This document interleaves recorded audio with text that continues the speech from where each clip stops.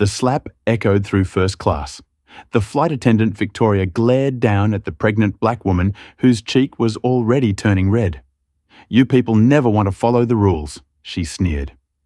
She was oblivious to one critical fact: the woman she had just assaulted was Jasmine Wilson, and her husband had secretly finalized his acquisition of the entire airline just hours before.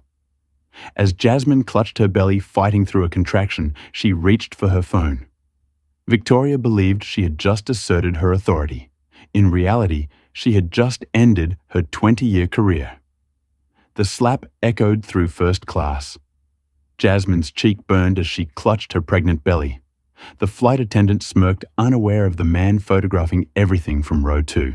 Nobody knew that Jasmine's husband owned the entire Skylight Airlines, and today would change everything. Before we dive into this shocking story, where are you watching from today? Hit that like button and subscribe if you've ever witnessed unfair treatment on a flight.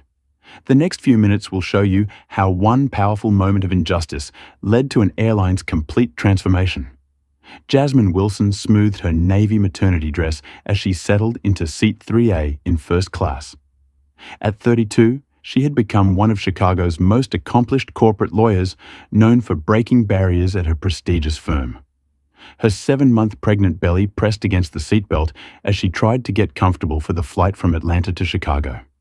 This would be her last business trip before maternity leave, a crucial meeting to close a multi-million-dollar deal that couldn't be rescheduled. Her husband, Elijah Wilson, had insisted on upgrading her ticket to first class. "My 2 most precious treasures deserve nothing less," he'd said while kissing her goodbye that morning. At 38, Elijah had transformed from a quiet tech genius working out of their garage to one of America's most innovative business minds. His software company had revolutionized airline logistics systems, making him a fortune that most people couldn't fathom. But unlike many wealthy entrepreneurs, Elijah preferred staying out of the spotlight, focusing instead on his next big moves. What almost no one knew, not even Skylight's own employees, was that Elijah had recently acquired the struggling airline through a complex series of holding companies. As America's 3rd largest carrier, Skylight had a solid route network, but a reputation for inconsistent service and troubling internal culture. The acquisition had been finalized just yesterday, with Elijah signing the last documents in New York while Jasmine prepared for her Chicago trip. "I want to see how they really operate before anyone knows I'm watching," Elijah had explained. "Once they know the boss is looking, everything changes. I need to see the truth first." Jasmine had laughed. "Your secret shopper approach, but with an entire airline." Their excitement about becoming parents had only amplified their bond. After 5 years of marriage and 2 heartbreaking miscarriages, this pregnancy had progressed beautifully. Their baby boy was healthy and active, kicking so strongly sometimes that Jasmine joked he might be a future soccer star. Now, as other passengers boarded around her, Jasmine noticed the subtle changes in their expressions when they saw her. A well-dressed black woman in first class still raised eyebrows. Even in 2025, she was used to it. The quick double takes the assumptions that she must be in the wrong place. "Ticket, please," said the gate agent for the 3rd time during boarding, despite having already scanned her boarding pass twice. "Still seat 3A," Jasmine replied with practiced patience, showing her ticket again. Victoria Hartwell had been with Skylight Airlines for 20 years, working her way up to senior flight attendant on their premium routes. With her perfectly coiffed blonde hair, immaculate uniform, and practiced smile, she embodied what the airline considered their premium service image. Passengers like Lawrence Graham, the middle-aged white executive seated across from Jasmine in 3B, knew Victoria by name and received her undivided attention. "Good afternoon, Mr. Graham." Victoria purred as she offered him a pre-flight champagne. "So wonderful to have you flying with us again. How was your golf tournament in Scottsdale shot under 80 for the first time?" Lawrence replied with a self-satisfied smile. "Must have been that tip you gave me about the resort's pro shop. I knew you'd love it there." Victoria beamed completely, ignoring Jasmine's presence. When Victoria finally turned toward Jasmine, her smile disappeared, replaced by a cool professional mask. "No warmth, no welcome, Just obligation. Something to drink before takeoff, she asked, not making eye contact. Water, please, Jasmine replied. I need to take my prenatal vitamins. Victoria nodded curtly and moved on without responding, never returning with the water. When Jasmine pressed her call button 10 minutes later, Victoria walked past twice attending to other passengers in the small first-class cabin. Meanwhile, Lawrence's empty champagne flute was replaced within moments of him finishing it. After 15 minutes, Jasmine pressed the button again. Victoria finally approached with an exasperated sigh. Yes, she asked, finger already moving to switch off the call light. I still haven't received my water, Jasmine explained. I need to take medication. We're preparing for takeoff. You'll have to wait until we're in the air, Victoria replied dismissively, despite the fact that Lawrence was sipping his second champagne across the aisle. As the plane taxied toward the runway, Jasmine felt a familiar tightness in her abdomen. Probably just Braxton Hicks contractions, she thought. The practice contractions her doctor had told her to expect. Still, she couldn't help feeling increasingly anxious as the plane took off her throat, dry her prenatal vitamins still in her purse, and Victoria studiously avoiding eye contact whenever she passed by. 30 minutes into the flight, the discomfort Jasmine had been feeling intensified. What had started as mild tightening was now coming in distinct waves, each one slightly more uncomfortable than the last. She shifted in her seat, trying to find a position that offered relief. But the cramped space, even in first class, made it difficult. Jasmine pressed her call button again. Victoria, who had been chatting amicably with Lawrence about his company's expansion plans, glanced at the illuminated button and frowned slightly before continuing her conversation for another full minute. When she finally made her way to Jasmine's seat, her expression was one of barely concealed annoyance. I really need some water, and possibly some Tylenol, Jasmine explained, keeping her voice low to avoid drawing attention. I'm experiencing some discomfort. We'll be starting our beverage service shortly, Victoria replied flatly. You can wait until then. I'm 7 months pregnant and having contractions, Jasmine said more firmly. I need water now, please. Victoria's eyes narrowed. Everyone has to follow the same procedures. You'll be served when it's time for the service. 3 rows behind them, Derek Patterson observed the interaction with growing concern. As a photojournalist who had spent the past year documenting instances of everyday discrimination for a major digital publication, he recognized the dynamics at play immediately. The dismissive tone, the different standard of service, the underlying message that some passengers deserved immediate attention, while others could wait regardless of need. He discreetly reached for his camera. Another contraction gripped Jasmine stronger than before. She took a deep breath, counting the seconds until it passed. 5 minutes since the last one. That was too close together, especially at her stage of pregnancy. The anxiety she'd been managing escalated into genuine concern for her baby. When Victoria disappeared into the galley again, Jasmine tried to catch the eye of another flight attendant passing through a younger woman named Nicole, who had smiled at her earlier.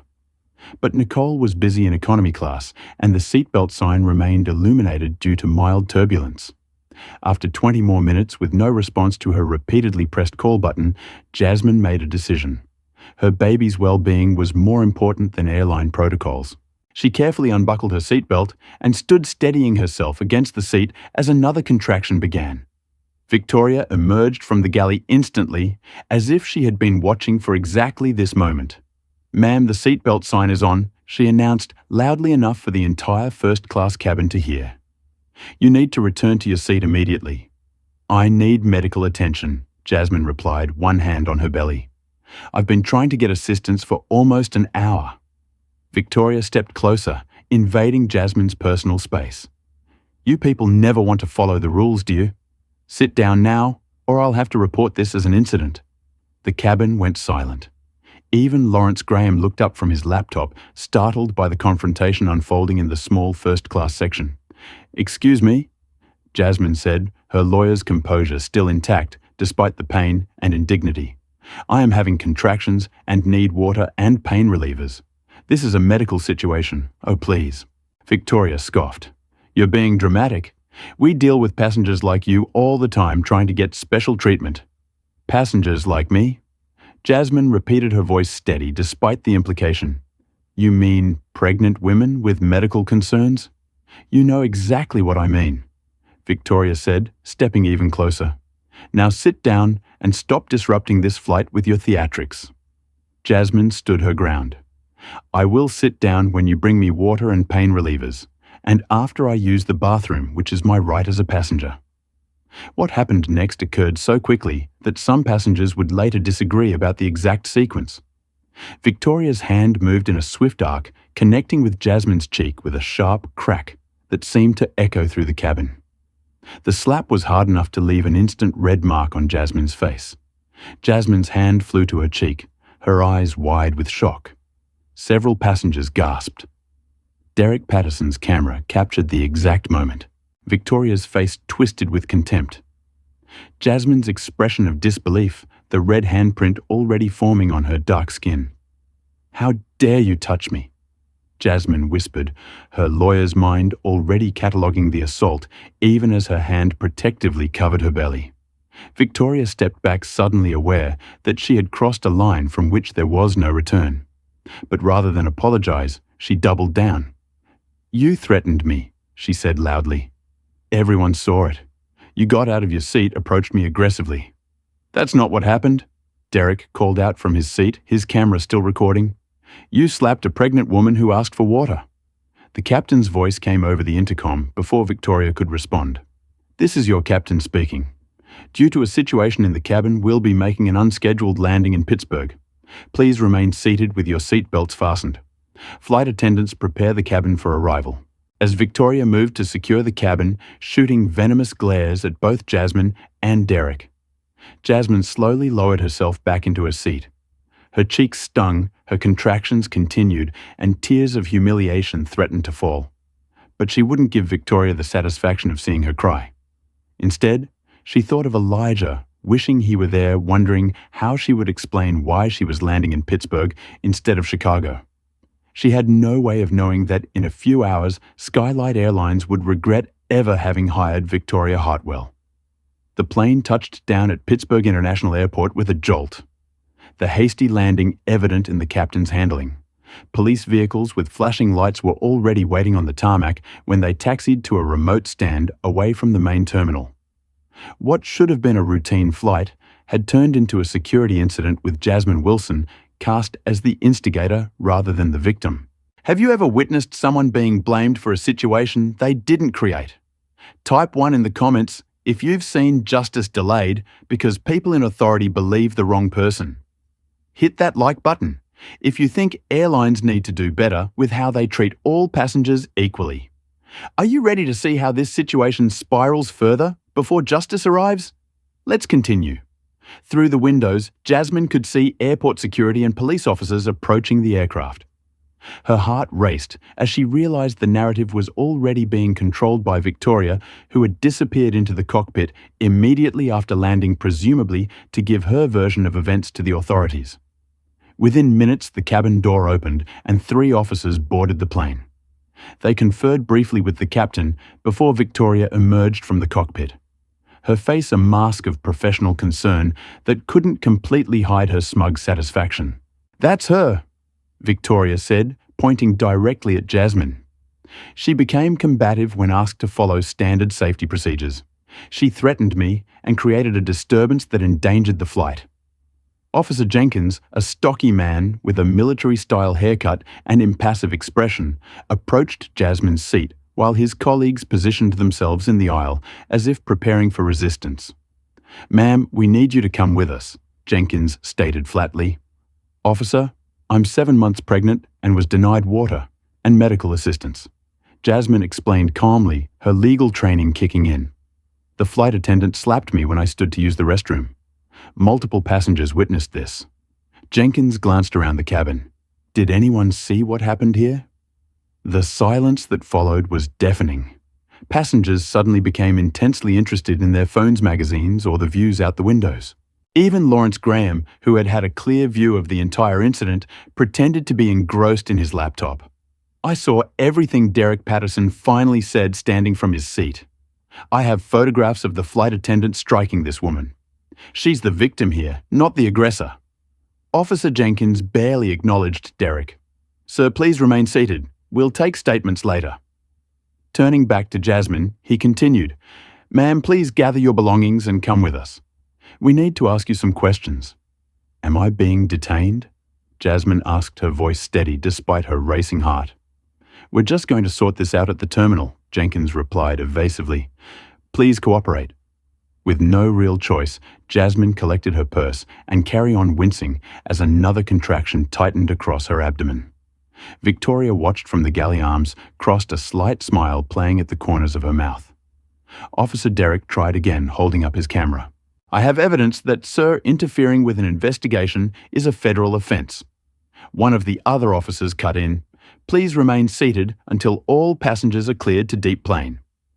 As Jasmine was escorted down the aisle, she could feel the eyes of every passenger on her.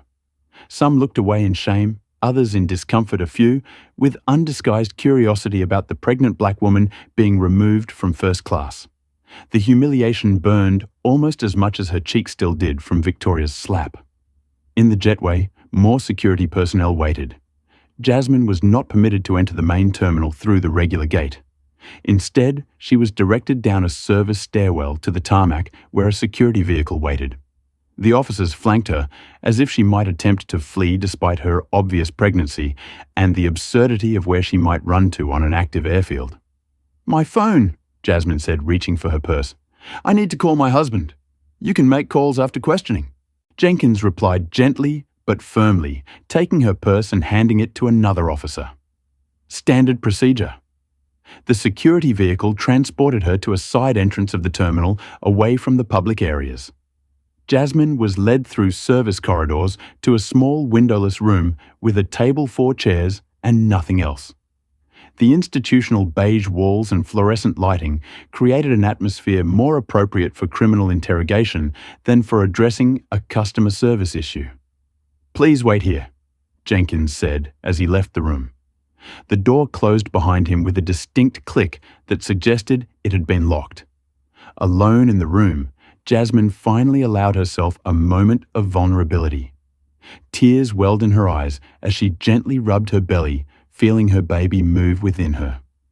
Another contraction came, still not regular enough to indicate true labor, but concerning nonetheless given the stress she was under. "It's okay, little one," she whispered. "Daddy will figure out what's happening. He always does." What Jasmine didn't know was that her purse with her phone inside had been placed in a plastic bin outside the room. The phone was already lighting up with multiple missed calls from Elijah, who had just received an automated alert that his wife's flight had been diverted to Pittsburgh. 20 minutes passed before the door opened again. Officer Jenkins returned, accompanied by a man in an expensive suit who introduced himself as Thomas Whitfield, Vice President of Customer Relations for Skylight Airlines. Mrs. Wilson Thomas began his voice professionally sympathetic, but with an undertone of condescension. "We take incidents of passenger non-compliance very seriously at Skylight. Our flight attendants are trained to prioritize safety above all else." "Non-compliance," Jasmine repeated incredulously. "Your flight attendant denied me water and medical attention, then physically assaulted me when I tried to use the restroom.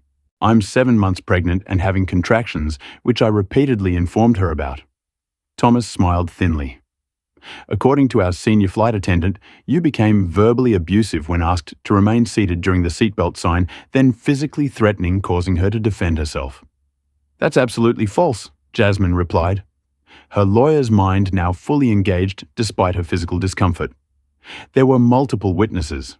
One passenger has photographic evidence." "Yes, well, we'll certainly review all perspectives," Thomas said dismissively. "In the meantime, Skylight will be pressing charges for interference with a flight crew, which is a federal offence. I am here as a courtesy to inform you of this before formal charges are filed." Jasmine stared at him in disbelief. "I want my phone. I'm calling my attorney." "That won't be possible just yet," Jenkins interjected. "We have a few more questions, and Miss Hartwell needs to provide her formal statement." As if on cue, the door opened again, and Victoria walked in. Now the picture of a traumatized employee, she had removed her makeup to make her face appear paler, and had somehow produced tears that left tracks down her cheeks. I don't feel comfortable being in the same room as her, Victoria said tremulously to Thomas. After what she did, you slapped me across the face, Jasmine stated firmly. That's assault and battery, Miss Hartwell, and there are photographs. Victoria's eyes narrowed momentarily before she composed herself back into the victim role. She's still being aggressive. Do you see what I had to deal with? I felt threatened. When these people get angry, you never know what they might do. These people, Jasmine repeated, catching the obvious racial undertone that Thomas and Jenkins seemed determined to ignore. A sharp pain cut through Jasmine's abdomen. More intense than the previous contractions, she gasped, doubling over slightly. I need medical attention, she said through gritted teeth. Now more theatrics, Victoria muttered just loud enough to be heard. The door opened once more, and a female officer entered. Officer Maria Rodriguez looked from Victoria to Jasmine, her experienced eyes taking in the situation quickly. What's going on here? She asked, noting Jasmine's obvious discomfort. Routine questioning about an in-flight incident, Jenkins replied. Rodriguez moved closer to Jasmine. Ma'am, are you in pain? I'm having contractions, Jasmine explained. I've been asking for medical assistance since I was on the plane. Rodriguez turned to Jenkins and Thomas. She needs to be checked by a medic now. We're in the middle of Thomas began. She's a pregnant woman in distress. Rodriguez cut him off. Medical needs come first. I'm calling the paramedics. As Rodriguez reached for her radio, Jasmine noticed the distinctive ring on Victoria's right hand, a silver band with the Skylight logo inlaid with small sapphires. She recognized it from a company magazine she'd read while researching Skylight before Elijah's acquisition. It was the 20-year service award given only to the airline most senior employees. The realization that this woman who had treated her with such contempt and had now physically assaulted her was considered one of Skylight's exemplary representatives made Jasmine's blood boil. If this was how their most experienced staff behaved, the culture problems ran even deeper than Elijah had suspected. Another contraction gripped her stronger than before as Rodriguez called for medical assistance. Through the pain, one thought sustained Jasmine. Elijah would have realized something was wrong by now. And when Elijah Wilson set his mind to something, nothing in the world could stand in his way. In a sleek conference room 58 floors above Manhattan, Elijah Wilson sat down his pen after signing the final document that officially made him the majority owner of Skylight Airlines. Across the table, his legal team and the airline's previous ownership group exchanged handshakes and congratulations, unaware that the quiet, unassuming man who had just acquired a multi-billion-dollar company was already focused elsewhere. Is that everything? Elijah asked his lead attorney, glancing at his watch. Yes, Mr. Wilson. As of this moment, you own 73% of Skylight Airlines through your holding companies. The SEC filings will be completed by end of business today, and the public announcement is scheduled for next Monday, as you requested. Elijah nodded, already pulling out his phone to check on Jasmine's flight. Their daily routine included tracking each other's locations when traveling, not out of distrust, but as a way to feel connected when apart. His brow furrowed when he saw the flight status. Diverted Pittsburgh. Marcus, he called to his assistant, who was organizing documents at the side table. Check what's happening with Skylight Flight 1372 from Atlanta. It's been diverted to Pittsburgh. Marcus Chen, who had been Elijah's right hand for 5 years, immediately pulled out his tablet. Efficient and loyal, Marcus had helped Elijah build his software company from a promising startup to an industry leader. He was one of the few people who knew about the Skylight acquisition before it happened. On it, Marcus replied, already making calls. Isn't that Jasmine's flight? Yes. Elijah confirmed, trying Jasmine's cell phone. The call went straight to voicemail. He tried again, with the same result. An uncomfortable feeling settled in his stomach as he sent a text that remained undelivered. Something's wrong, he said more to himself than to Marcus. She always answers, or at least texts back. Marcus returned, concern evident on his face. The airline's operations center says there was a passenger disturbance that required an unscheduled landing. They wouldn't provide any details about specific passengers. Call them back. Elijah directed his voice, taking on an edge that rarely surfaced. "Tell them who I am if necessary." "I tried that approach," Marcus replied. The representative said, and I quote, "Ownership changes don't affect our security protocols, sir. They don't believe you're the owner because the public announcement hasn't been made." Elijah's jaw tightened. He dialed another number on his phone. "Stephen, it's Elijah Wilson. I need a favor. My wife was on Skylight 1372, which just made an emergency landing in Pittsburgh. Something's wrong, and the airline won't give me information. Can you use your contacts to find out what's happening?" He paused, listening. "Yes, that's right. Jasmine Wilson. She's 7 months pregnant." "Thank you." Stephen Reynolds, a former college roommate who now worked for the Department of Transportation, was just one of many influential contacts Elijah had cultivated over the years. Not through networking events or power lunches, but through genuine relationships built on mutual respect and occasional well-timed assistance. While waiting for Stephen's callback, Elijah checked social media for any mentions of the flight. His search for Skylight 1472 initially yielded nothing, but then a trending hashtag caught his eye. #Justice for Jasmine. His blood ran cold as he clicked on the tag. The most recent post from a user named Derek Patterson Lenz contained a series of photos that made Elijah's hands shake with fury. The images showed in crystal clearer detail a Skylight flight attendant with her hand extended clearly, having just slapped Jasmine, whose head was turned with the impact. A red mark already forming on her cheek. The caption reading, "Now pregnant black woman slapped by at Skylight. Air flight attendant after asking for water and medical help.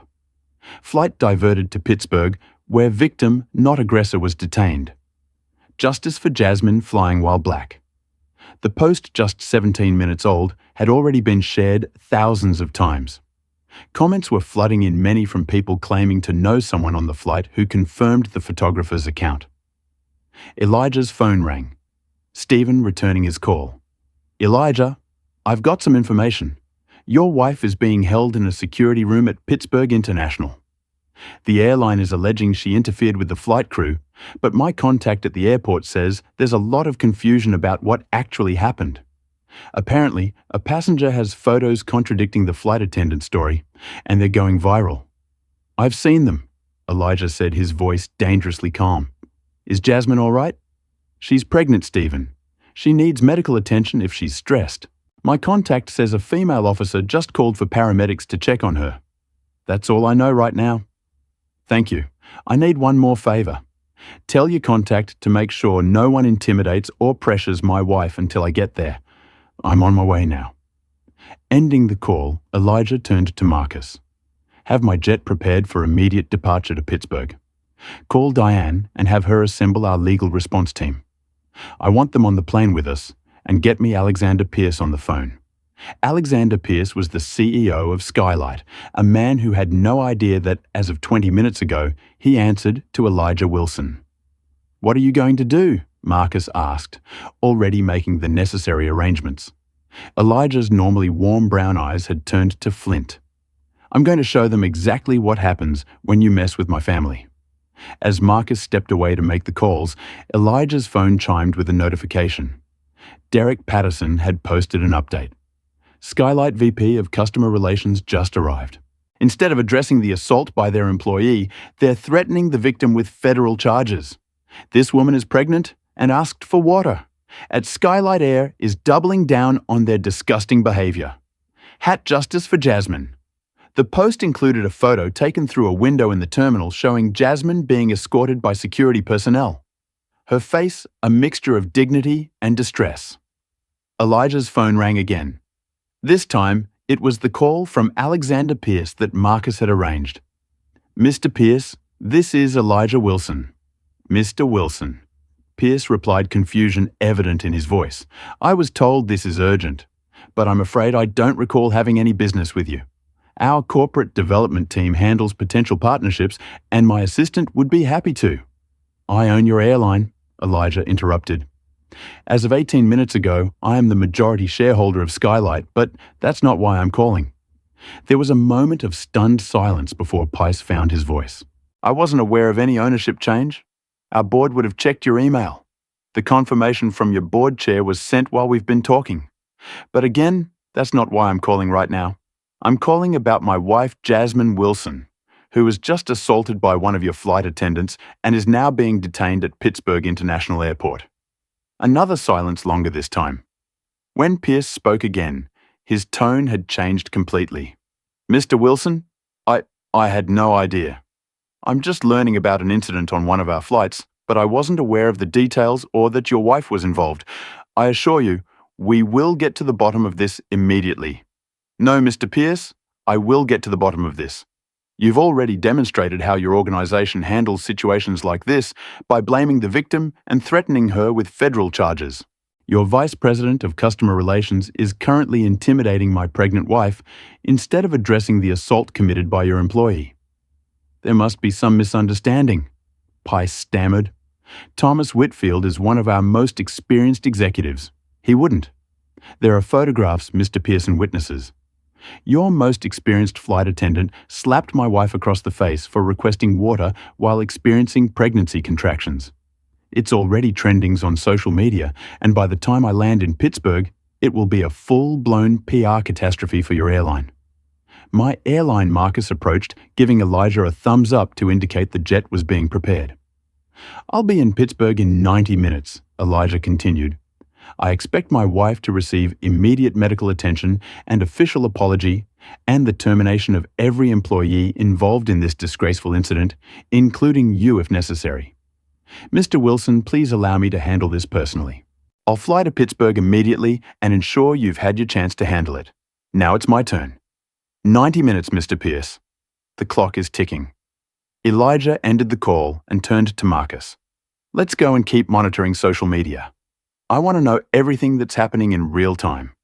As they headed for the elevator, Marcus's tablet chimed with more notifications. The story is exploding online. Major news outlets are picking it up. Skylight stock is already dropping in after hours trading.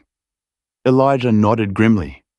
He had built his fortune by understanding systems and how to transform them. Skylight's broken culture was about to experience the most rapid transformation in corporate history, starting with the people who had dared to harm Jasmine. In the small detention room at Pittsburgh International Airport, Jasmine shifted uncomfortably in the hard plastic chair. The contraction that had seized her moments earlier had subsided, but she knew another would follow. They weren't regular enough to indicate active labor, but the stress of the situation certainly wasn't helping her condition. Officer Rodriguez had positioned herself near Jasmine, a silent but reassuring presence amid the tension in the room. Thomas Whitfield paced nervously, his earlier condescension replaced by growing anxiety as he repeatedly checked his phone. Victoria Hartwell remained by the door, her victim performance wavering as she too sensed a shift in the atmosphere. The distinctive ring on her finger caught the fluorescent light each time she fidgeted with her hands. The paramedics should be here any minute, Rodriguez assured Jasmine. How frequently are you experiencing contractions? About every 15 to 20 minutes, Jasmine replied. They're irregular, but stronger than the Braxton Hicks I've had before. Thomas's phone buzzed again. This time, his face drained of color as he read the message. Excuse me for a moment, he muttered, stepping toward the door.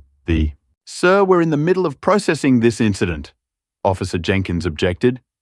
This is an urgent airline matter, Thomas insisted, already halfway out the door. I'll be right back. As the door closed behind him, Jasmine straightened in her chair.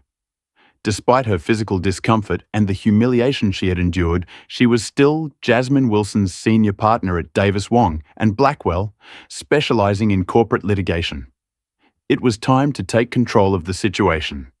Officer Jenkins, she began, her voice clear and authoritative. I am formally asserting my right to medical attention, access to my personal belongings, and legal representation. I have been detained for over 40 minutes without being charged with any crime, denied my phone to contact my family, and prevented from receiving medical care despite being visibly pregnant and in distress. Jenkins blinked clearly, not expecting this sudden shift from compliant detainee to assertive attorney.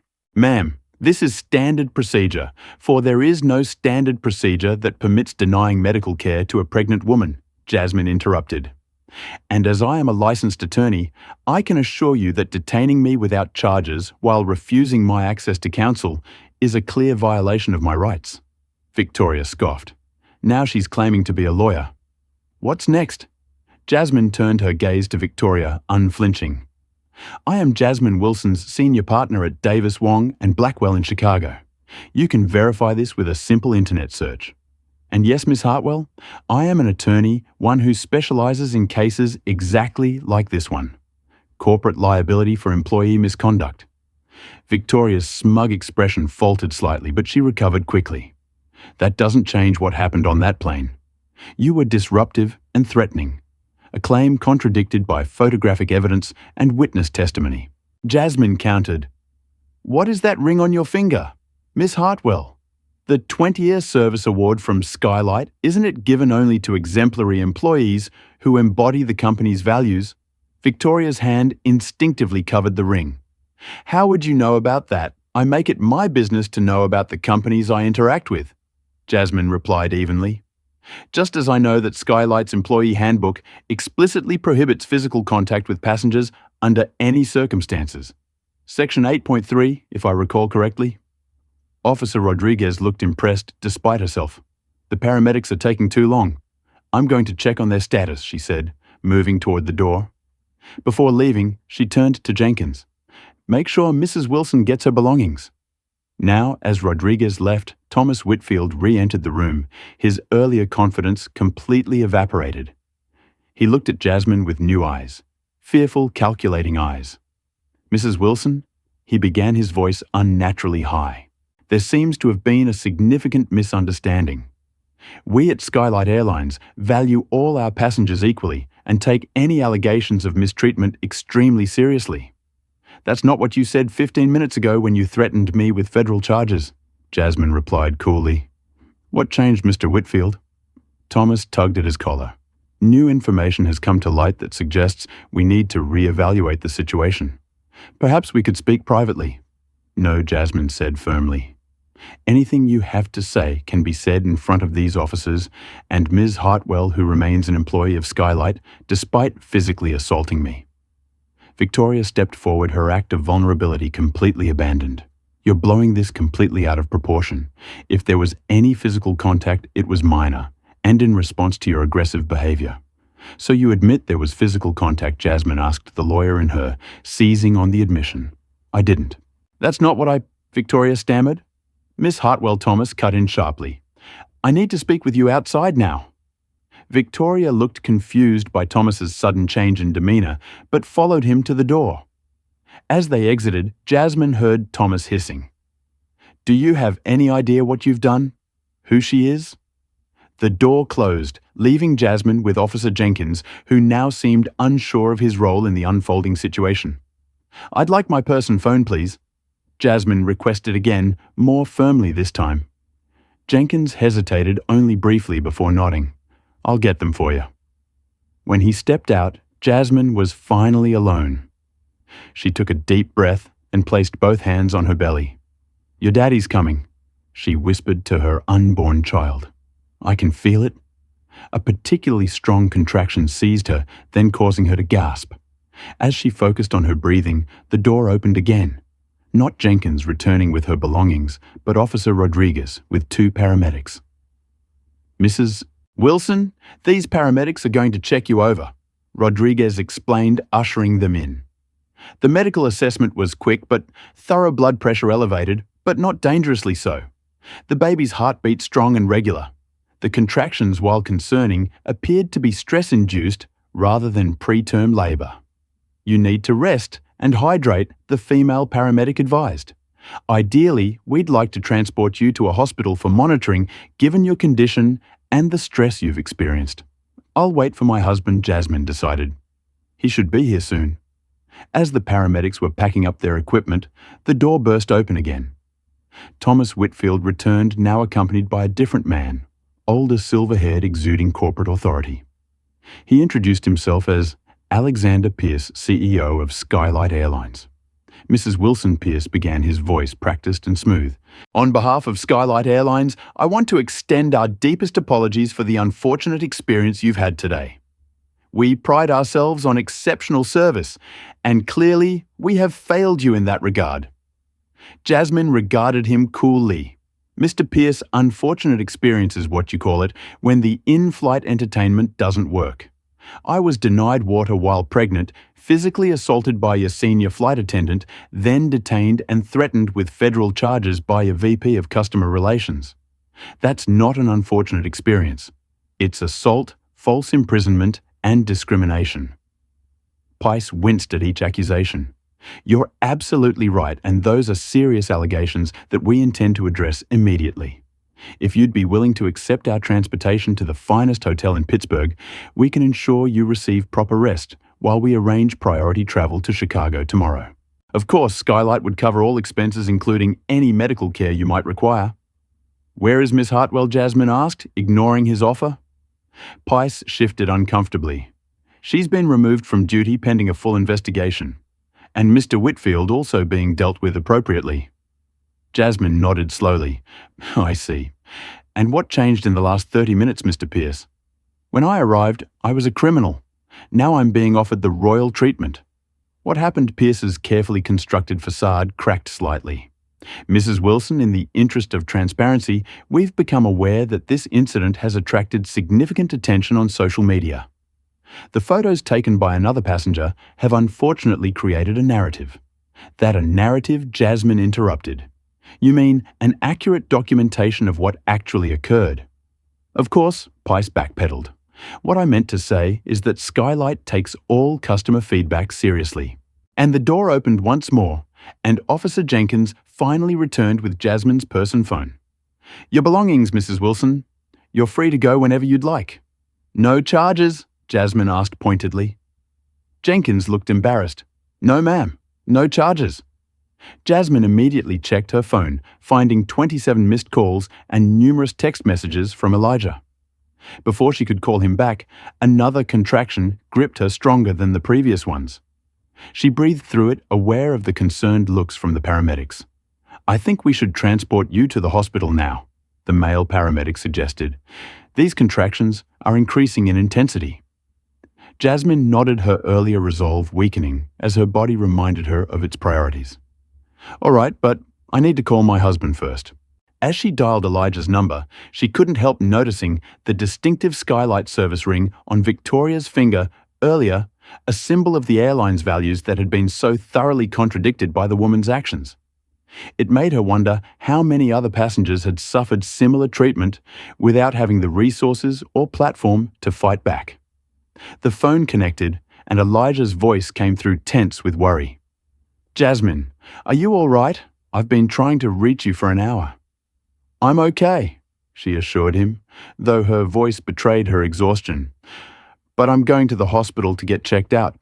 The baby's fine, but I'm having contractions." "I'm 20 minutes from landing," Elijah replied. "I'll meet you at the hospital, whichever one they're taking you to." "How did you know what happened?" Jasmine asked. "It's all over social media." And he paused. "There's something I need to tell you when I see you. Just know that everything's going to be okay. More than okay."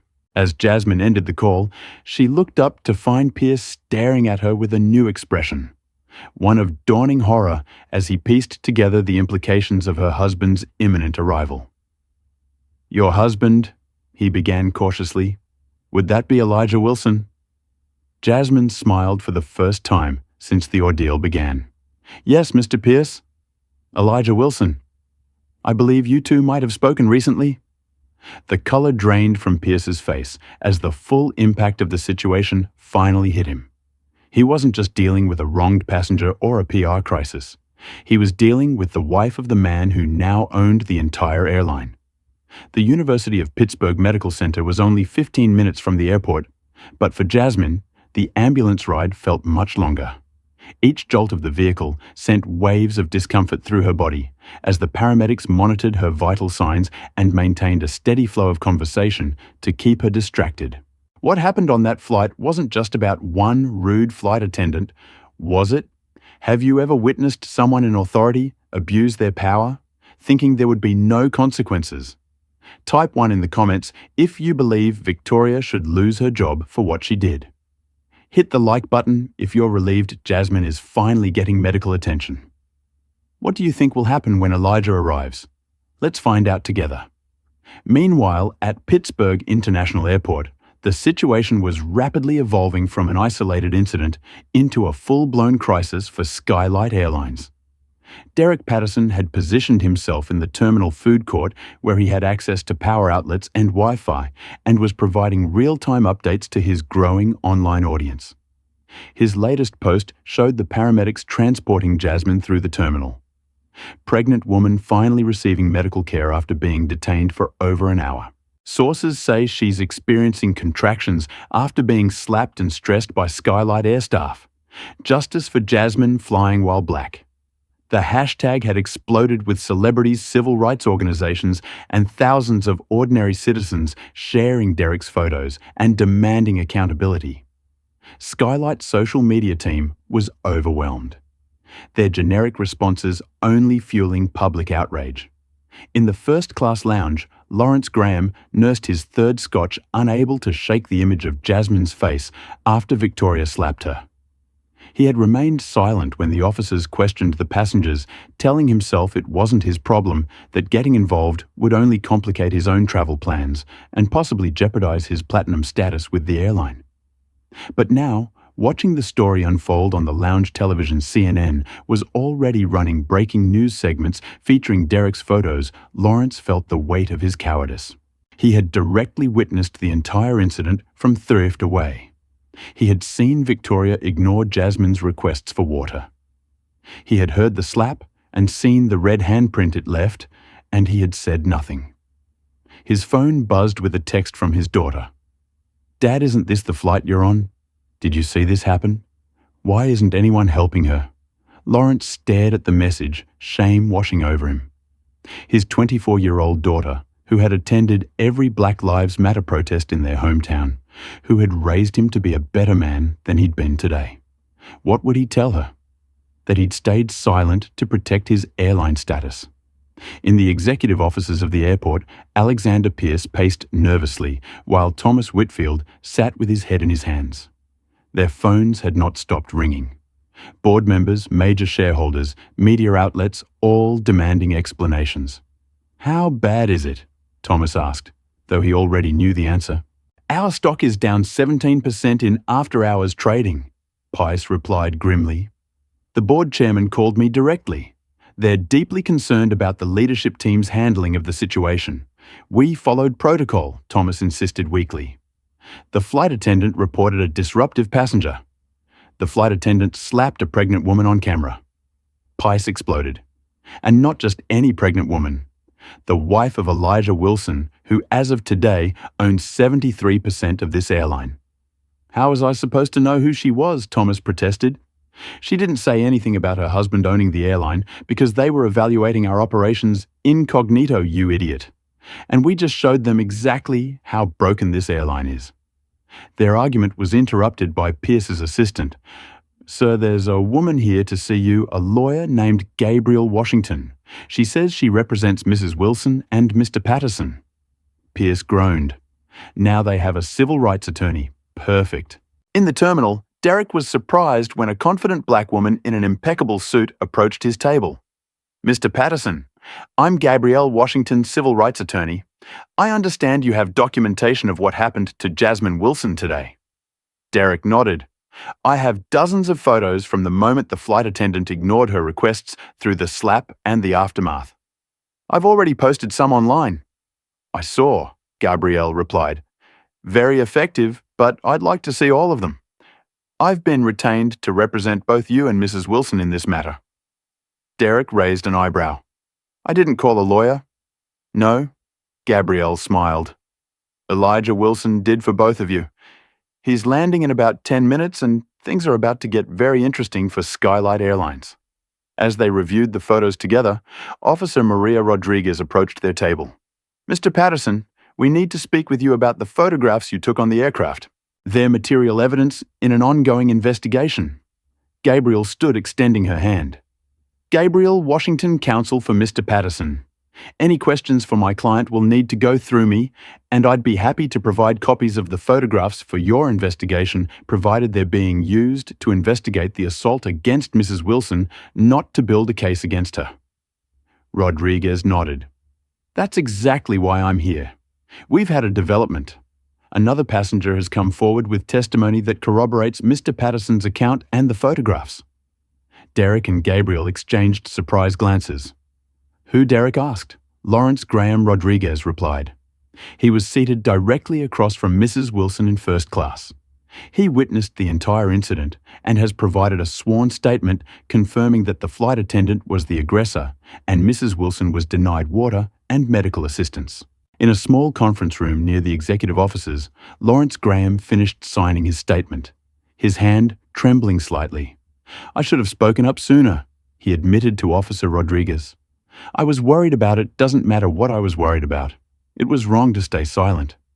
"Your statement will help ensure justice is served," Rodriguez assured him. "It takes courage to come forward even belatedly." Lawrence shook his head. No courage would have been standing up on that plane when it happened. This is just conscience catching up too late. As Rodriguez was about to respond, her radio crackled with an urgent message. A private jet had just landed and its occupants were demanding immediate access to the executive offices. Elijah Wilson had arrived. The sleek private jet taxied to a remote stand at Pittsburgh International, where a convoy of black SUVs waited on the tarmac. Elijah descended the stairs before they were fully secured, Marcus and a team of 4 attorneys following close behind. "Where's my wife?" were his first words to the airport official who greeted him. "Mrs. Wilson has been transported to UPMC for medical evaluation," the official replied. "She's stable, but doctors wanted to monitor her due to the contractions." "I'll go to her shortly," Elijah decided. "First, I need to address the leadership of my airline. Where are Pierce and Whitfield executive offices, sir? I've been instructed to escort you there immediately." As their motorcade cut through the airport's service roads, bypassing normal traffic and security checkpoints, Elijah reviewed the latest updates from Marcus. The stock is in free fall. Marcus reported down 19% now. The board is in emergency session, and the flight attendant, Victoria Hartwell, is being held in an office adjacent to Pierce and Whitfield. They've separated her, probably trying to contain the damage. And the photos, the witnesses, the photographer Derek Patterson is working with Gabrielle Washington now. They're compiling evidence, and a passenger named Lawrence Graham has come forward with testimony confirming Patterson's account. Elijah nodded, his expression unchanged, but his eyes burning with controlled fury. "Good. The truth is emerging just as it always does." When they arrived at the executive offices, no introductions were necessary. Alexander Pierce stood as Elijah entered, his face ashen. "Mr. Wilson," he began, "I cannot express how deeply—" "Save it!" Elijah cut him off. "I'm not here for apologies. I'm here for accountability. Where is Victoria Hartwell Pice?" Gestured to a door across the hall. "She's waiting there. Mr. Wilson, before you speak with her, I want to assure you that her actions do not reflect the values of Skylight Airlines." "That's where you're wrong," Elijah replied coldly. "Her actions exactly reflect the values of Skylight Airlines. The real values, not the ones in your mission statement. She's been with this airline for 20 years wearing your service award ring. She didn't become who she is overnight." Thomas Whitfield tried to interject. "Mr. Wilson, as VP of Customer Relations, I can assure you that we have strict policies against you threatened my pregnant wife with federal charges after she was assaulted by your employee." Elijah stated each word precise and cutting. "You're fired, Mr. Whitfield. Clear out your office by the end of the day." Thomas's mouth opened and closed like a fish out of water. "You can't just— I own 73% of this company," Elijah reminded him. "I can, and I just did." Turning to Pierce, he continued, "As for you, Mr. Pierce, your future with this airline depends entirely on what happens in the next 24 hours. Now I'm going to speak with Ms. Hartwell, and then I'm going to see my wife. When I return tomorrow, I expect a complete plan for transforming the culture of this airline, starting with how you hire, train, and evaluate your flight attendants." Without waiting for a response, Elijah crossed the hall and opened the door to where Victoria waited. Unaware that her 20-year career was about to end in disgrace, Victoria Hartwell sat alone in the small office, her perfectly manicured nails tapping nervously against the polished conference table. Her earlier confidence had evaporated as the gravity of the situation became increasingly apparent. Through the grapevine of flight attendants and ground staff, she had heard fragments of disturbing news, the photos going viral. A major shareholder involved her own name trending on social media. When the door opened, she expected Alexander Pierce, or perhaps Thomas Whitfield. Instead, a tall black man in an impeccably tailored suit entered, followed by another man carrying a tablet. Victoria didn't recognize either of them, but something in the first man's demeanor, a quiet, contained power, made her straighten in her seat. "M. Hartwell," he said, his voice measured and controlled. "My name is Elijah Wilson." The name meant nothing to Victoria initially, but the way he said it with the certainty that it should carry weight made her uneasy. "I don't believe we've met," she replied, attempting to maintain her professional demeanor. "No, we haven't," Elijah agreed, taking a seat across from her. "But you met my wife today, Jasmine Wilson, the pregnant woman you slapped across the face when she asked for water." Victoria's blood ran cold as the pieces clicked into place. "Your wife I didn't know. There was a situation that required stop." Elijah interrupted, raising his hand slightly. "I have seen the photographs. I have read witness statements. I have spoken with your superiors. There is no version of events you can present that will justify what you did." Victoria swallowed hard, her mind racing through possible defenses. "Mr. Wilson, in my 20 years of service with Skylight, I have always prioritized passenger safety. If there was a misunderstanding today, I sincerely apologize. But you have to understand the pressures we face. When this wasn't a misunderstanding," Elijah stated flatly. "This was a pattern of behavior. My wife was ignored when she requested water. She was dismissed when she explained her medical needs, and when she finally stood up because she was experiencing contractions. You physically assaulted her." "That's not—" "I didn't," Victoria stammered. But Elijah continued, his voice never rising, yet somehow filling the room. "What's interesting, Miss Hartwell, is that until this moment you didn't know who my wife was. You didn't know who I was. You didn't know that as of today, I own this airline." Victoria's face drained of color. "You own Skylight, yes," Elijah confirmed. "The acquisition was finalized this morning. I had planned to spend the next few months quietly observing operations before making any major changes. My wife's flight today was part of that observation. Neither of us expected to discover just how deeply the problems run." Victoria's hand unconsciously moved to cover the service ring on her finger, the symbol of her long career that now felt like a brand of shame. "Mr. Wilson," she tried again, her voice trembling slightly. "I have given 20 years of my life to this airline. One incident shouldn't erase." "One incident," Elijah repeated, nodding to Marcus, who placed his tablet in front of Victoria. "My team has been busy in the last hour. Here are 27 formal complaints filed against you in the past 5 years, all alleging discriminatory treatment. Complaints that were systematically buried by management because you were, in their words, too valuable on premium routes."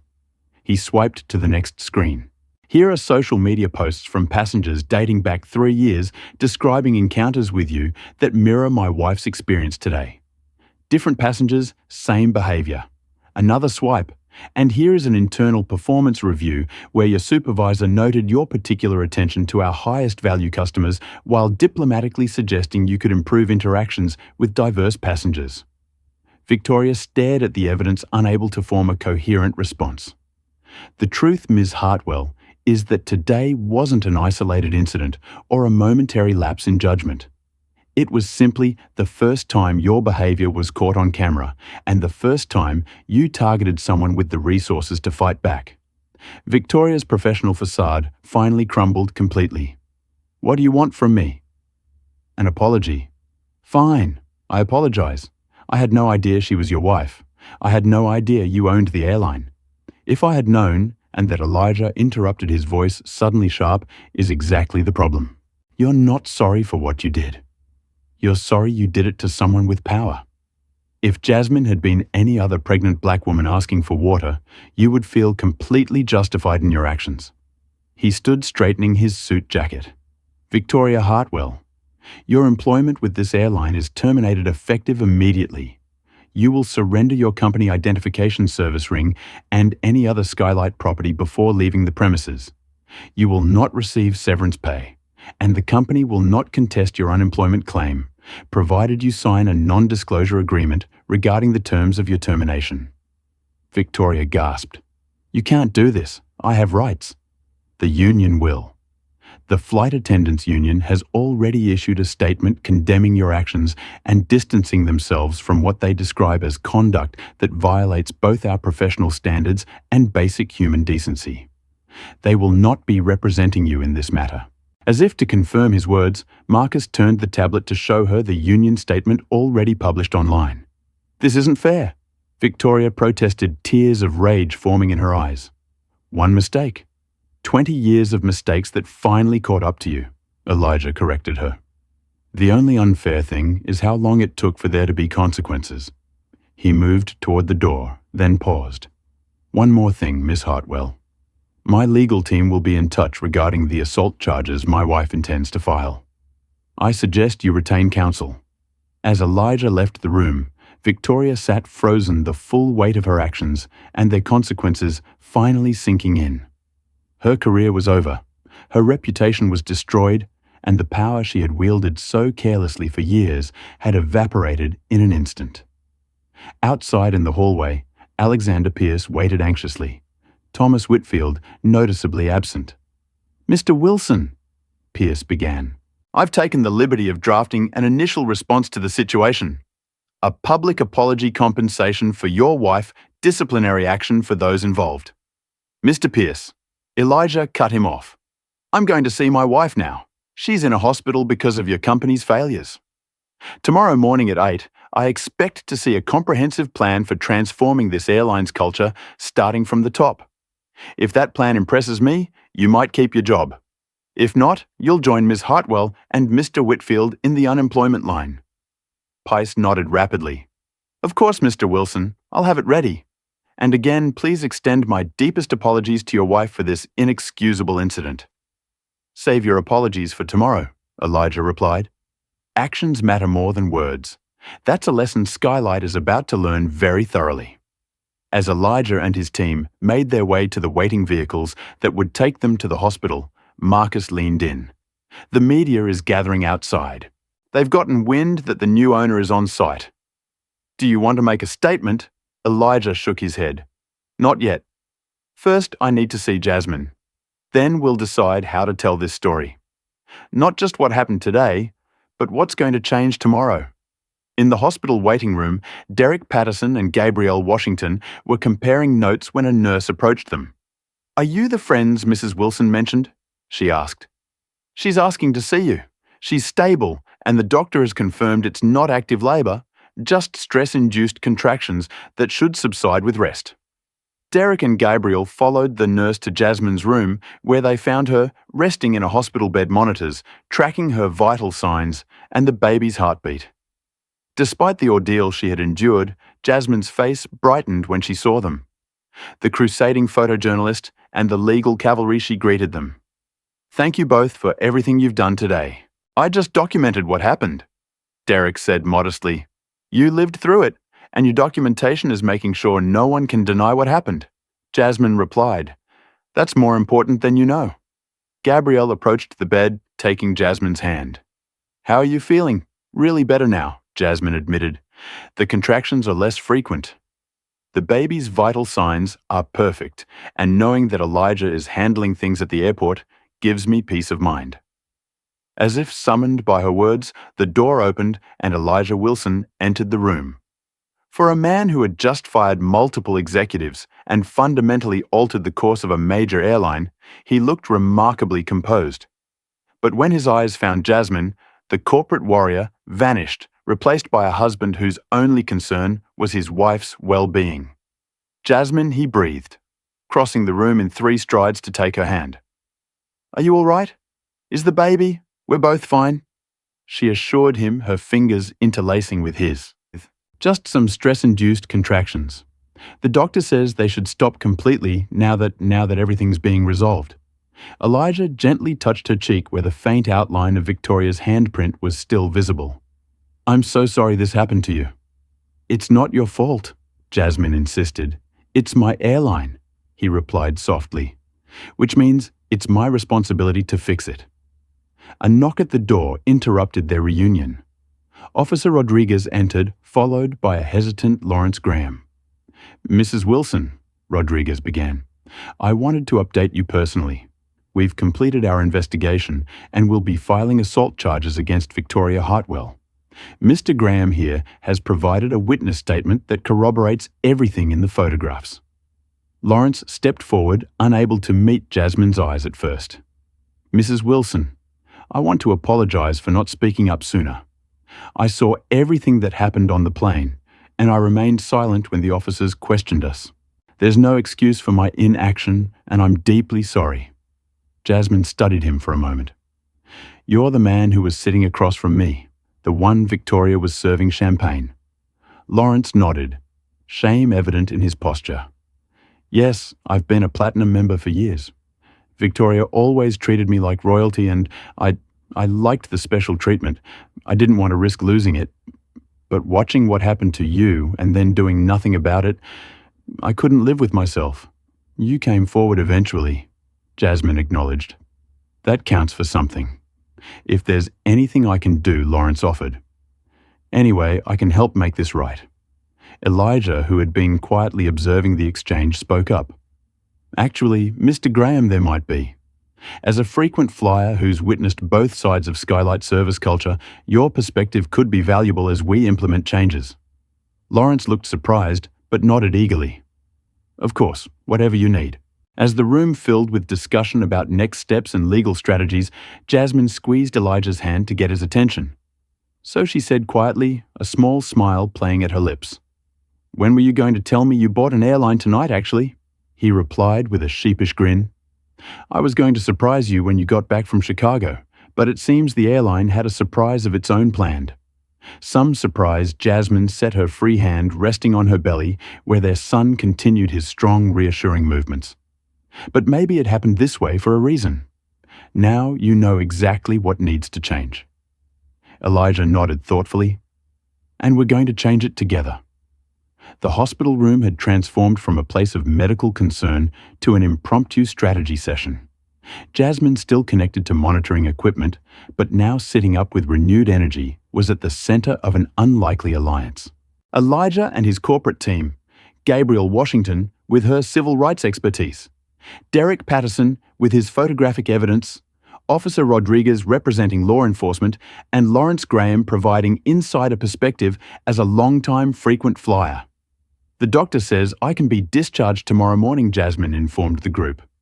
The contractions have stopped completely, and both the baby and I are doing well. That's the best news I've heard all day, Elijah said, the relief evident in his voice. Jasmine turned to Derek. I want to hear exactly what you witnessed on the flight from the beginning. Derek nodded, pulling out his camera to reference the timestamps on his photos. I was in row 5, but I had a clear view of your seat and the flight attendant's interactions with you. The first thing I noticed was how differently she treated you compared to other passengers in first class, especially Mr. Graham here. Lawrence shifted uncomfortably, but didn't interrupt. She ignored your call button repeatedly. Derek continued, I started documenting it after the third time because the pattern was so obvious. When you finally got up because you were in distress, her reaction was immediate and hostile. The slap. He paused, shaking his head. I've documented a lot of discrimination incidents for my series on everyday racism, but I've never seen something so blatant and physical, especially from a professional in a service role. And yet, when the authorities came on board, almost everyone stayed silent. Jasmine noted, looking toward Lawrence. That's unfortunately common, Gabrielle interjected. The bystander effect is amplified in situations where people fear personal consequences for speaking up on an airplane, where everyone just wants to reach their destination without delay. That fear is even stronger. Lawrence nodded solemnly. I told myself it wasn't my problem that getting involved would only complicate my travel plans. maybe risk my status with the airline. I'm ashamed of that calculation now, but in the moment, it seemed rational somehow. That calculation is exactly what allows discrimination to continue, Jasmine said, not unkindly. The expectation that there won't be enough witnesses willing to stand up makes people like Victoria bold in their actions. Officer Rodriguez, who had been quietly observing, spoke up. The airport authority has completed its investigation. We have more than enough evidence to charge Ms. Hartwell with assault. The question is whether you want to pursue those charges, Mrs. Wilson. All eyes turned to Jasmine, who looked to Elijah before responding. Yes, I do. Not out of vengeance, but because accountability matters. If Victoria had done this to someone without my resources or platform, there might never have been consequences. Elijah nodded in agreement. And that brings us to the larger issue. What happened today wasn't just about one flight attendant. It was about a corporate culture that enabled her behavior for 20 years, promoted her, and gave her a service award despite numerous complaints. Exactly, Jasmine confirmed. Victoria didn't develop her attitudes in a vacuum. She was rewarded for providing excellent service to certain passengers while treating others with contempt. The company valued that trade-off. Not anymore, Elijah stated firmly. Not on my airline. Your airline, Jasmine repeated with a small smile. I still can't believe you bought Skylight without telling me. I was going to surprise you with it tonight, Elijah explained. The acquisition had been in the works for months, but we kept it quiet to avoid affecting the stock price and to give us a chance to evaluate the company's true operations before making changes. Well, you certainly got an unfiltered look at those operations today, Gabrielle observed dryly. More than I ever wanted, Elijah admitted. But maybe it's better this way. Now, there can be no doubt about how urgent the need for change is. Derek, who had been reviewing his photos, looked up. These images have reached over 7 million people in just a few hours. The public reaction is overwhelming. People are sharing their own stories of discrimination on Skylight and other airlines. This isn't just about what happened to Jasmine anymore. It's becoming a movement. Elijah considered this information thoughtfully. Then we need to respond accordingly, not just with the standard corporate apology and promise to do better, but with concrete, verifiable actions that transform the company from the inside out. Jasmine's eyes lit up. The corporate attorney and her recognizing a unique opportunity. What if we use this incident as a catalyst for creating the most inclusive, equitable airline in the industry? Not just changing Skylight's policies, but rebuilding it from the ground up with values of respect and dignity for all passengers and employees. A complete transformation, Elijah mused, warming to the idea.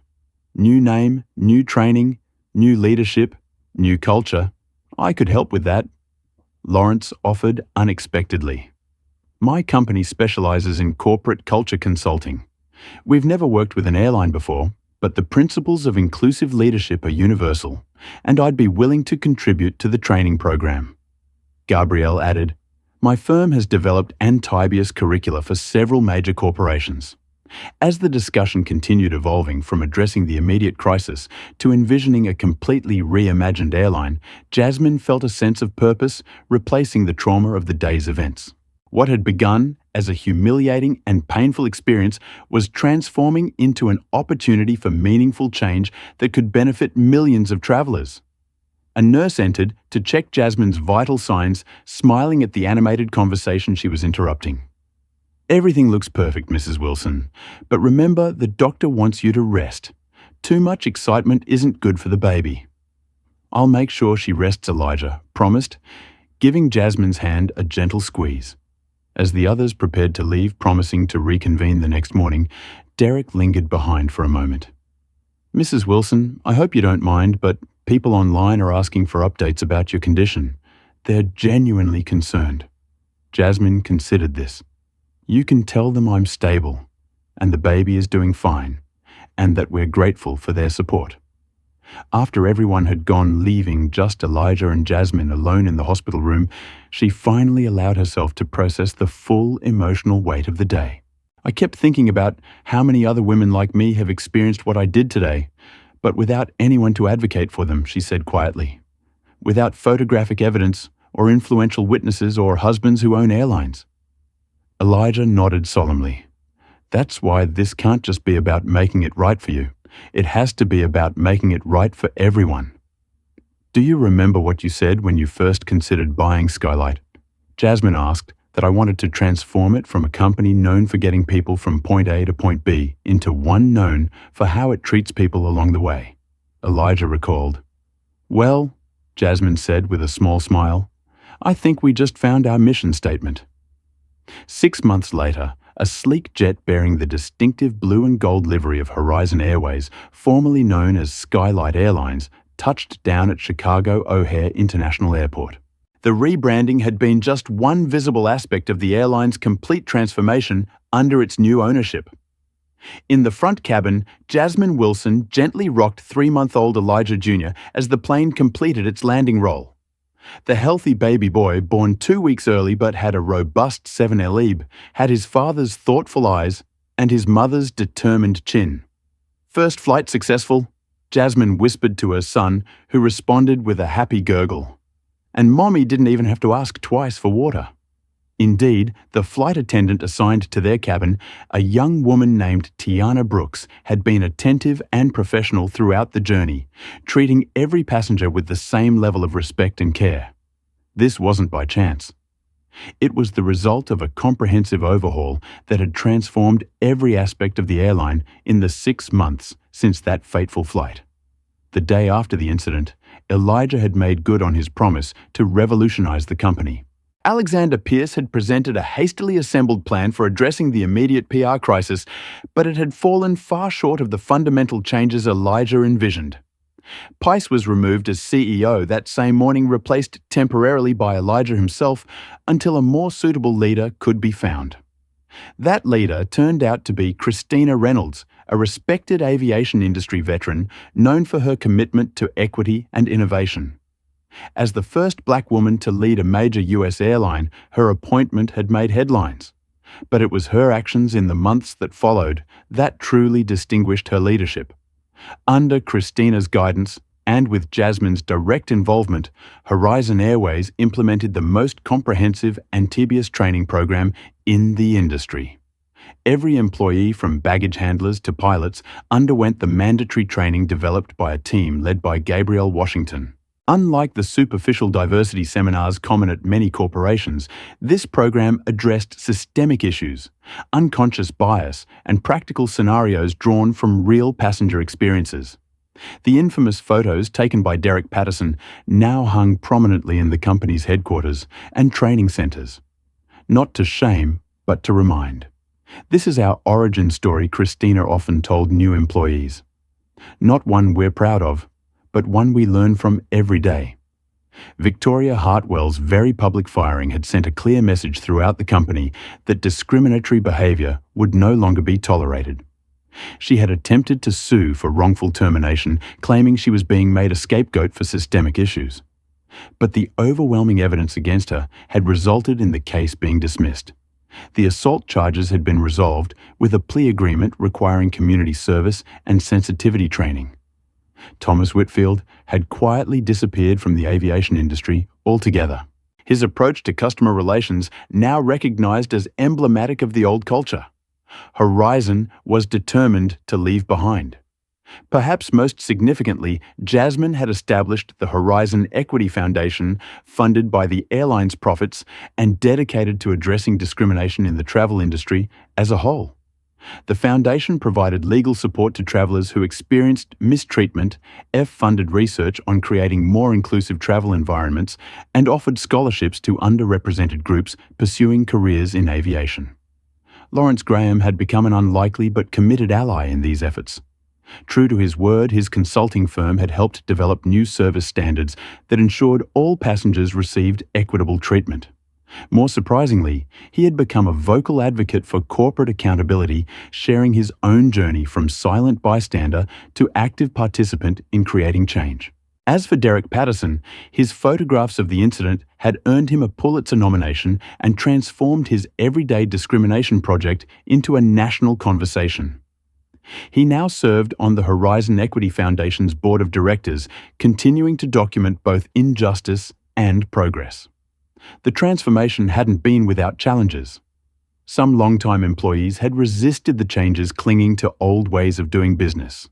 Some investors had worried about the costs of the extensive retraining and culture change initiatives, but the results spoke for themselves. Employee satisfaction was up, customer complaints were down, and surprisingly to many industry analysts, profitability had increased. As Jasmine carried Elijah Jr. through the terminal, several travelers recognized her from the news stories and social media. Some nodded respectfully, others smiled at the baby, but one elderly black woman approached directly. "Mrs. Wilson," she said, her voice trembling slightly, "I just want to thank you. I've been flying for over 40 years and I've experienced what you did more times than I can count, but never had the power to do anything about it. What you and your husband have done with this airline, it matters to people like me." Jasmine, touched by the woman's words, shifted Elijah Jr. to one arm so she could grasp the woman's hand. "Thank you for saying that. It's because of people like you that we knew this work was so important." Near the baggage claim, Elijah waited with Marcus, both men smiling at the sight of mother and child approaching. "How was the inaugural flight?" Elijah asked, taking the baby from Jasmine and placing a gentle kiss on his son's forehead. "Perfect," Jasmine replied. "Everything we hoped it would be." Marcus checked his tablet. The customer satisfaction scores are already coming in. 97% positive ratings. That's unprecedented for a first flight on a rebranded airline. "It's not just a rebranded airline," Elijah corrected him. "It's a reimagined one." Later that evening, in the comfort of their Chicago penthouse, Jasmine and Elijah watched as their son slept peacefully in his crib. The nursery painted in soothing shades of blue and gold. The New Horizon Airways colors reflected the journey that had brought them to this moment. "6 months ago, I was so afraid," Jasmine admitted quietly.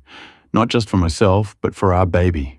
I kept thinking, is this the world he's going to grow up in, where his mother can be humiliated and assaulted just for asking for water while pregnant?" "And now?" Elijah asked, wrapping an arm around her shoulders. Jasmine smiled, leaning into his embrace. "Now I think about how one terrible moment led to real change. Not just symbolic gestures or empty promises, but fundamental transformation.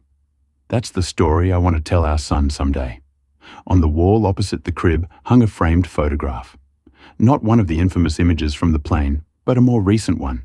It showed the entire crew of the first official Horizon Airways flight standing proudly in their new uniforms.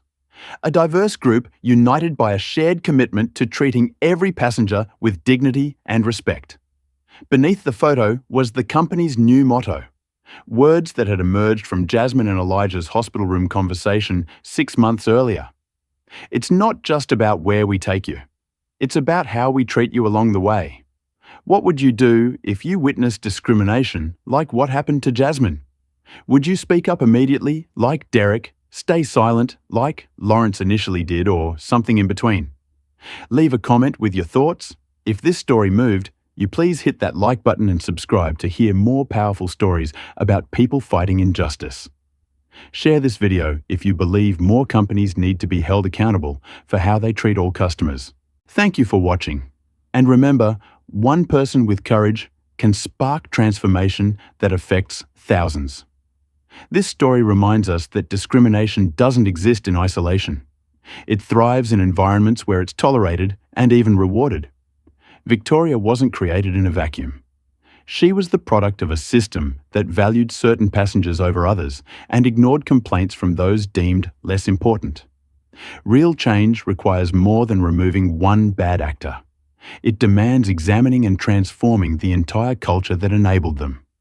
The power of documentation cannot be overstated. Derek's photos provided irrefutable evidence that prevented Victoria and the airline from controlling the narrative. In an age where incidents can be captured and shared, instantly, accountability is more possible than ever before. Most importantly, this story teaches us about the responsibility of bystanders. Lawrence's initial silence allowed injustice to continue, while his eventual testimony helped bring about justice. Every witness faces this choice: remain comfortable or stand for what's right.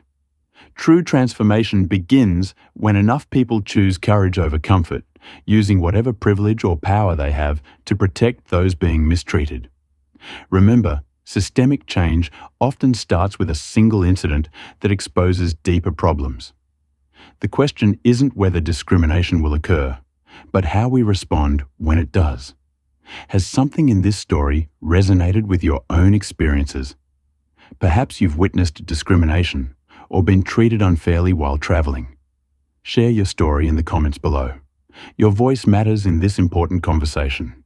If you believe more people need to hear stories like Jasmine Lawn, please hit that like button and subscribe to our channel for more powerful narratives about overcoming injustice.